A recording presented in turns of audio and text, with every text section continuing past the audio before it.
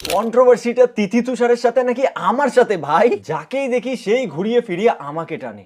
এত ভালোবাসিস তোরা? বাংলায় যে কটা কন্ট্রোভার্সি হয় সব কটার সাথে কোনো না কোনো ভাবে আমি জড়িয়ে যাই, আর না জড়ালেও কিছু ক্রিয়েটার আছে যারা টেনে হিচড়ে আমাকে জড়িয়ে দেয়। মানে সবাই ভিডিও দিচ্ছে বাট কেউ স্যাটিসফাইড হচ্ছে না, সবাই ছোট্ট ছেলেকে খুঁজছে। ছোট্ট ছেলে কোথায়? কোথায় ছোট্ট ছেলে? Here I am.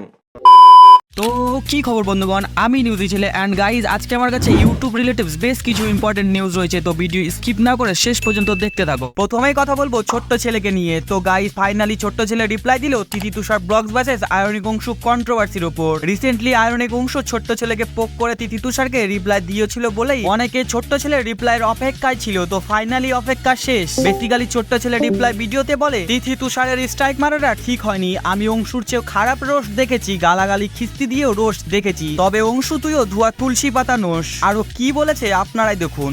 তিথি তুষারের সাথে মাসখানেক আমার কোনো ভি কথা হয়নি, কারণ আমি আমার পার্সোনাল লাইফ নিয়ে বিজি ছিলাম, আর আমি জানতামও না কাকে তারা স্ট্রাইক মেরেছে বা কার সাথে তাদের কন্ট্রোভার্সি চলছে। বন্ধু হতে পারি, তার মানে এই নয় যে তারা আমাকে জিজ্ঞেস করে কোনো কাজ করবে অথবা আমাকে জিজ্ঞেস করে কাউকে স্ট্রাইক মারবে। যেমন আমিও কাউকে রোস্ট করার আগে বা কোনো কিছু করার আগে তাদের পারমিশন নিই না, ঠিক তেমনিও তারা কোনো কিছু করার আগে বা কাউকে স্ট্রাইক মারার আগে নিশ্চয়ই আমার পারমিশন নেবে না। ব্যাপারটা বোঝাতে পারলাম? এবার আসি স্ট্রাইকের বিষয়। অ্যাজ আ রোস্টার আমি কখনোই স্ট্রাইকটাকে অত বেশি সাপোর্ট করি না, আর নিজেও কোনোদিনও কাউকে স্ট্রাইক দিইনি, কারণ আমি নিজেও রোস্ট করি আর প্রচুর কেউ আমাকে নিয়েও রোস্ট করে। এর থেকেও জঘন্য রোস্ট আমি দেখেছি। তো সেই তুলনায় এই রোস্টটা বড্ড ক্যাজুয়াল ছিল, এটাই তিথি তুষার স্ট্রাইক নাই দিতে পারতো, বাট যাই হোক দিয়েছে, সেটা তাদের একান্তই ব্যক্তিগত ব্যাপার। তিথি তুষারকে জিজ্ঞেস করি যে ব্যাপারটা কি, তারা বলে দেখো দাদা আমার পুরনো ক্লিপ নিয়ে রোস্ট করেছে, যেই ভিডিওটা সোশ্যাল মিডিয়া থেকে আমি অনেক আগেই ডিলিট করে দিয়েছি, কারণ ওই ভিডিওটা বানানো আমাদের ভুল ছিল, সেটা আমরা মানি, আর সেটার জন্য অনেকবার ক্ষমাও চেয়েছি। তো তারপরেও আমাদের সেই পুরনো ভিডিওটা নিয়ে রোস্ট করেছে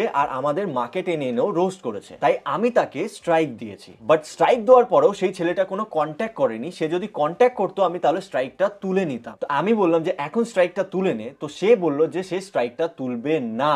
এবার সে যদি স্ট্রাইকটা না তোলে আর যেই ছেলেটা স্ট্রাইক খেয়েছে সে এদের সাথে যদি কন্ট্যাক্ট না করে, তো আমি এখানে কি করতে পারি? আমি আমার নিজের চ্যানেলে স্ট্রাইক খেয়ে বসে আছি, তুলতে পারছি না, আর আমি এখন এদের কন্ট্রোভার্সিতে তেল মাখাবো যে স্ট্রাইকটা তুলে নে বা ওকে বলবো এর সাথে কন্ট্যাক্ট কর?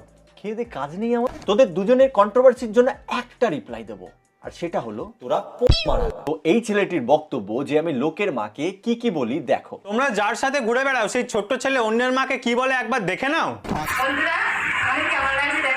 একদম পাগল চোদা, বিশ্বাস করো, একদম অনেস্টলি বলছি, মুখের উপর বলছি, পুরো পাগল চোদা লাগছে তোমার। ভাই তুই 95 92 পেয়ে যদি মেয়েরা ভেতরে কি পড়ে আছে সেটা দেখতে পারিস, তাহলে তো আমি 25 পেয়ে পাস করেছি।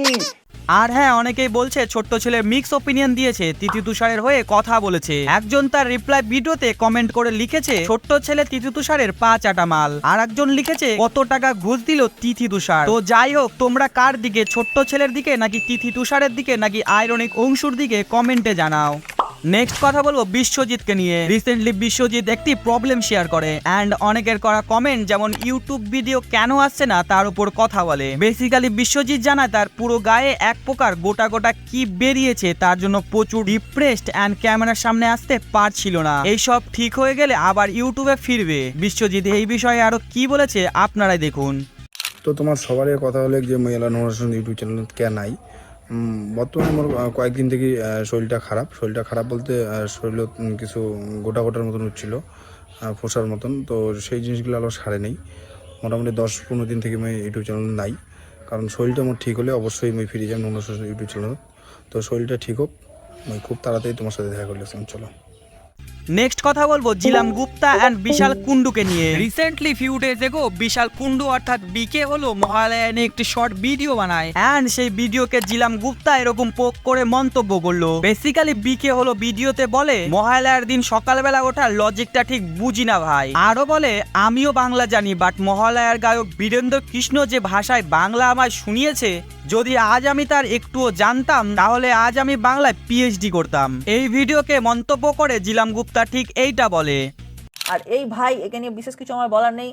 বীরেন্দ্র কৃষ্ণর ভদ্রর যে আমরা স্তোত্র পাঠটা শুনি মহালয়ার ভোরে, সেইটা শুনতে গিয়ে নাকি ওর খুব কষ্ট হয়, ওর বাংলাটা নাকি এতটাও ভালো নয়, আশ্বিনের সারর্দ প্রাতে বেজে উঠেছে আলোক মঞ্জির, এসব শুনলে নাকি ওর পাত ফাত বেরিয়ে যায়, এসব বলেছে। আমি বলছি না, ও বলেছে আমার কিস্তি দেবেন না, ওর ভাগের কিস্তি আমি কেন খেতে যাবো? আমার কাজ হচ্ছে ভিডিও মাধ্যমে অ্যাওয়্যার করা, করলাম। তো ভাই তোমাকে বলি, আমি মনে হচ্ছে তুমি একজন এমার্জিং ক্রিয়েটার, তুমি ভিডিও ক্রিয়েটার হিসাবে কাজ করতে চাও আগামী দিনে, কিন্তু বুঝেছি তুমি আবার একজনকে কমেন্টে লিখেছো কমেডির মধ্যে কি ভুল ঠিক হয় না, সামথিং হোয়াট এভার, কমেডির মধ্যে কিছু ধরতে নেই সিরিয়াসলি। কিন্তু কি বলতো, কমেডির মধ্যে সত্যি কথা কিছু অত ধরলে চলে না, তাহলে কমেডিটা হয় না। কিন্তু কিছু জিনিস আছে যেগুলো নিয়ে কমেডি করাই যায় না। তো একটু ঠিকভাবে সাবজেক্ট চুজ করো। দেখে মনে হলো তুমি বুদ্ধিমান, ইন্টেলিজেন্ট, তোমার পাঞ্চ আছে কমেডিতে, কিন্তু সব কিছু নিয়ে কমেডি করতে গেলে কী হয় বলো তো, হালকা করে মানে ওটা কমেডি আর থাকে না, ওটা উল্টো একটা রিভার্স এফেক্ট হয়ে যায় যে করছে তার ক্ষেত্রে। তো তোমার শুভানুদ্দায়ী ওই কথাগুলো বললাম। আর হ্যাঁ, ঝিলাম গুপ্তার ভিডিও আসার পর বিকে হলো একটি অ্যাপোলজি ভিডিও বানিয়ে বলে, বড় ক্রিয়েটার বলেছে আমি ভুল, মানে আমি ভুল। আরো বলে, সো হ্যালো গাইজ, আজ সকালবেলা আমার কাছে একটা টেক্সট আছে যেখানে ঝিলামদির ভিডিওর একটা লিঙ্ক ছিল। তো ঝিলামদি আমাকে নিয়ে ওই ভিডিওটার মধ্যে কয়েকটা কথা বলেছে। বিষয়টা এমন হয়েছে যে আমি মহালয় নিয়ে একটা রিলস বানিয়েছি, কমেডি রিলস।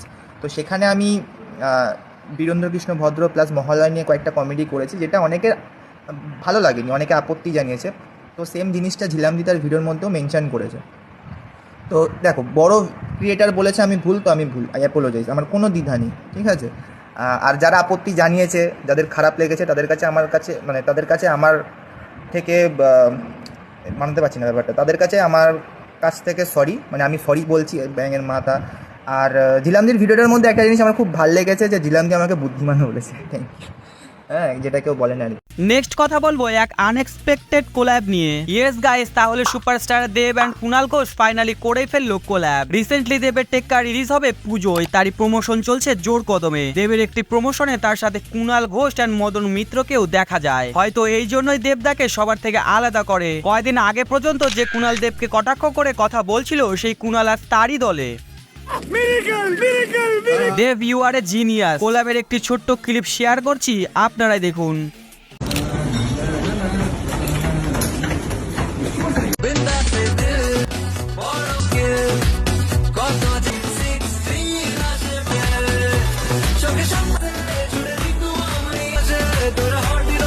চলুন নেক্সট আপডেটের ওপর।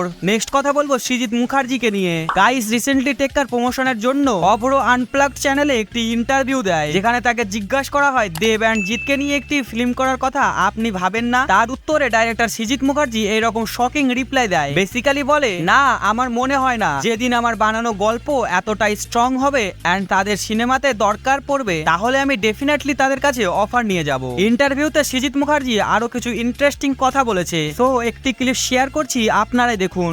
আমরা কমার্শিয়াল ছবি রিকোয়ার্ড ফিল্ম লাইক খাদান, সেই খাদানের মতো সিনেমা আপনার হাত ধরে আসবে, যেখানে জিতকে কাস্টিং করবে। না, ব্যাপারটা খুব চাই না, ব্যাপারটা হচ্ছে আমার হাত ধরে আমার মতো সিনেমাই আসবে, আমার হাত ধরে আর কারোর মতো কোনো সিনেমা আসবে না। এবং আমার মতো সিনেমাতেই জিতের মতো ফাঁকি অভিনয় করবে, সেটাই হবে, কিন্তু সেটা অর্গানিক্যালি হবে। মানে অনেকে আমার বলছে যে অরিত্র, সে জিজ্ঞেস করছে, আচ্ছা তোমার কি ইচ্ছে করে না জিত আর দেবকে একসাথে? আমি বলছি যে না, এটা আমার ছোটবেলার অ্যাম্বিশন কোনোদিনই ছিল না যে বড় হয়ে আমি একটা ছবি করবো যাতে জিত আর দেব একসাথে অভিনয় করবে। না, আমার ইচ্ছে গল্প বলার, সে গল্প অর্গানিক্যালি যদি দুজনকে লাগে অবভিয়াসলি আমি তাদের অ্যাপ্রোচ করবো, এবং সেটা অর্গানিক্যালি লাগতে হবে, কারণ এরা অর্গানিক্যালি চুজ করে স্ক্রিপ্ট। আজকে জিত একটা স্ক্রিপ্ট শুনে যখন হ্যাঁ বলে, সে তো চরিত্রটা শুনে হ্যাঁ বলছে, সেই হ্যাঁ বলাটা তো অর্গানিক, তার দিয়েও তাই। একইভাবে আমিও তাই, আমার অর্গানিক্যালি যদি একটা গল্প ভেবে মনে হয় যে এটা যে দারুণ করবে, ডেফিনেটলি অ্যাপ্রোচ করেওছি আগে, আবারও করবো। তো চলো গাইজ, আজকের মতন এইটুকুই। বাকি যদি ভিডিও ভালো লাগে লাইক করে দিও, চ্যানেলে নতুন হলে সাবস্ক্রাইব করে দাও। তোমাদের ভালোবাসা আমার প্রচুর পরিমাণে প্রয়োজন।